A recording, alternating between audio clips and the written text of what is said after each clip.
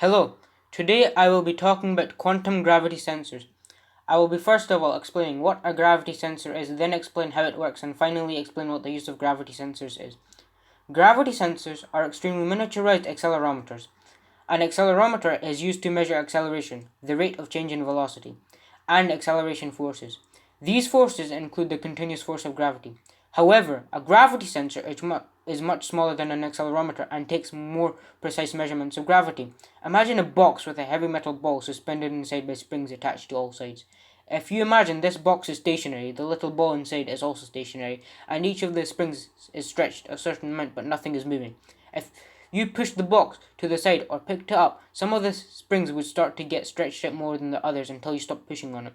By measuring how those springs get stretched by different amounts, you could measure how much the box is accelerating. Accelerometers aren't actually boxes with metal balls inside attached with springs. Instead, they use small crystals that get stressed when the device is moving and give out a voltage which the circuit then interprets as direction and velocity. There's also another type, which uses the difference in capacitance that is made when microstructures next to the circuit move when the device moves. One interesting point about the accelerometer is if you picture the box sitting on top of a table, the spring connecting the ball to the top of the box is going to be stretched out a little more than the spring connecting to the bottom. And if you flip it over, those springs are going to reverse.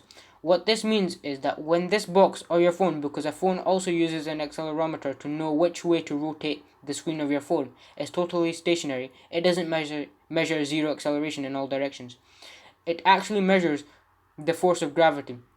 The only time it will measure zero acceleration in all three dimensions is if it's in a free fall, like if you dropped it out of a plane or something.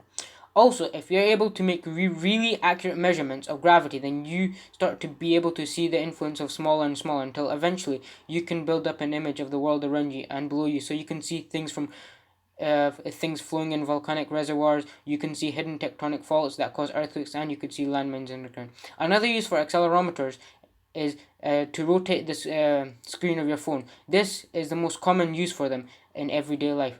Thank you for listening.